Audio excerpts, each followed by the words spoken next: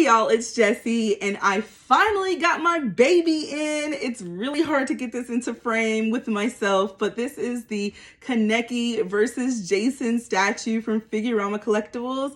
Tokyo Ghoul is one of my favorite anime and manga series, so I'm incredibly happy to finally have this in my collection. I actually discovered Figurama because of this statue about 2 years ago. By the time I discovered it, this was already sold out, so I had to get it secondhand, and it has taken me 2 years to find it at a decent, reasonable price, and I'm so glad that it's finally here in my collection.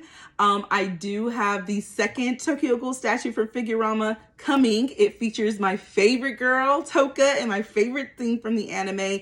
So that one should be shipping any day now.